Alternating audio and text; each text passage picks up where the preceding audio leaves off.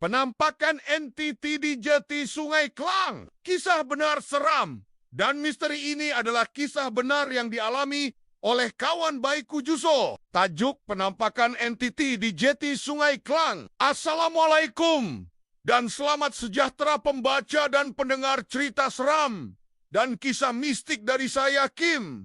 Follow-lah saya untuk saya selalu update kisah seram dan mistik. Jangan lupa like dan repost sama. Mesti ada tertanya, kenapa saya selalu update kisah seram dan mistik pada tengah hari bukan waktu malam? Sebab saya tahu ada yang tak berani membaca dan mendengar kisah seram dan mistik ini pada waktu malam seperti saya. Mari kita selawat ada Nabi sebelum saya start cerita.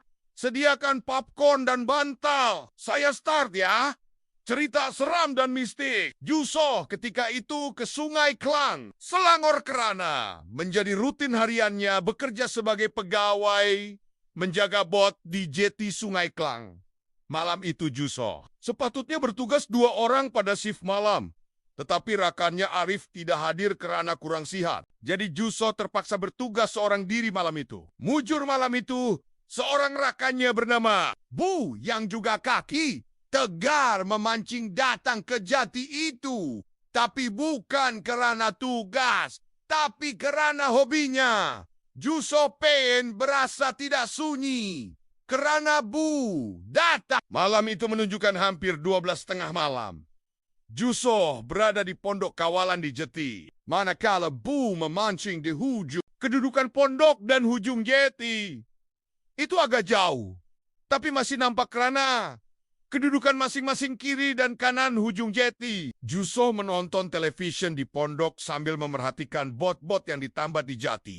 Air ketika itu mula pasang. Menurut Bu, ketika air pasang ikan akan datang ke situ. Jadi untuk kaki pancing, inilah surga bagi pemancing. Suasana malam itu agak sunyi. Kadang-kadang terdengar bunyi burung bangau putih terbang. Juga terdengar salakan anjing. Biasanya jika terdengar anjing menyalak, bermakna anjing itu sedang menyalak ke arah kucing, biawak, atau monyet-monyet yang kadang-kadang melalui hutan bakau yang terletak di tepi jeti itu. Jadi sudah menjadi kebiasaan. Bu sedang asyik memancing, Juso memerhatikan dari jauh. Waktu itu hampir pukul 3 pagi.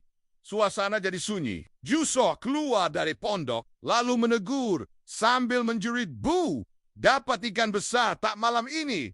Bu tengah asyik memancing terkejut. Juso kadang-kadang memang suka menyakat Bu. Belum lagi lasso. Sampah banyaklah kat sini.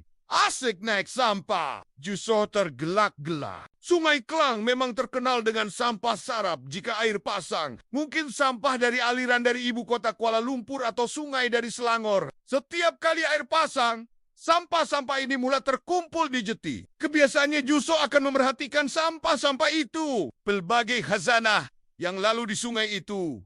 Harap-harap bukan mayat. Seram. Pernah terjumpa bangkai lembu yang besar tersangkut di bot. Mujur ketika itu air pasang. Jadi ditolak dengan kayu keluar. Mengikut aliran air sungai. Kalau surut alamatnya bangkai itu terduduk di atas lumpur. Lepas itu, Juso duduk semula ke pondok sambil menulis laporan. Tidak lama kemudian Bu mula mengemas jorannya dan mula bergegas hendak pulang. Sebelum itu, Bu singgah ke pondok. Lalu berkata, So, aku pulang dahulu lah. Hari ini tak banyak ikan. Juso membalas, awal balik bukan selalu ke memancing. Sampai awal pagi esok. Bu cakap nanti aku cerita esok. Muka Bu nampak pucat. Tapi Juso mendiamkan diri. Tidak mau bertanya apa-apa lagi. Ketika itu anjing menyalak lama. Tidak seperti kebiasaan. Seperti sesuatu yang tidak kena. Jaga diri, So, kata Bu. Sebelum dia menaiki tangga dari jeti ke jambatan yang agak panjang menuju ke darat. Juso berasa tidak sedap hati. Lalu dia membuka TV semula. Dicarinya rancangan TV. Kerana dia kesorangan. Kerana tugas dia memberanikan dirinya. Dibukanya bacaan surah. Surah di telepon bimbitnya. Juso duduk kesorangan. Sehinggalah azan subuh berkumandang. Barulah Juso berasa lega. Keesokan harinya, petang itu Bu dan Juso berjumpa di kedai kopi. Bu mula membuka cerita. Malam tadi sedang aku memancing. Aku macam terdengar bunyi perempuan macam menangis. Nangis. Merengek-rengek. Makin lama makin nyaring bunyinya. Lepas itu aku toleh ke arah hutan bakau tepi pondok kau. Aku nampak benda putih bertenggek ke dahan pokok itu. Aku tidak beberapa nampak. Mungkin bangau ke lepas. Itu aku toleh lagi. Dah tiada. Weh, jangan kau buat cerita. Aku dekat situ. Pondok SML, Mam. Tapi tak rasa apa-apa pun masa tu. Tapi lepas kau balik, aku rasa semacam tengok. Kau balik tergesa-gesa. Aku belum habis cerita lagi kenapa aku balik. Balas Bu. Bu pun menyambung cerita. Lepas itu, aku teruskan memancing lagi. Lama-kelamaan, lepas itu, tali pancing, aku macam mengenaja. Jadi aku tarik, tarik, tapi berat semacam. Pas tu, air berkocak-kocak macam pelik. Jadi aku lepas dan tarik balik.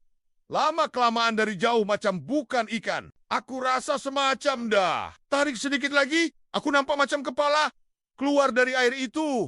Ada rambut, jadi aku apa lagi? Putuskan tali pancing aku. Aku cepat-cepat pergi dari kawasan tu. Jumpa kau tapi aku tak nak cerita. Nanti kau takut kau lari dari situ. Dah, jadi cerita lain. Tak ada orang nak jaga bot. Tu aku pesan jaga diri sejak itu. Juso tidak berani lagi bertugas seorang diri di pondok itu. Mungkin kawasan sungai itu selalu terjadi peristiwa orang membuang sesuatu. Lalu pelbagai peristiwa misteri berlaku di kawasan sungai itu. Nantikan lagi kisah-kisah benar seram dan misteri.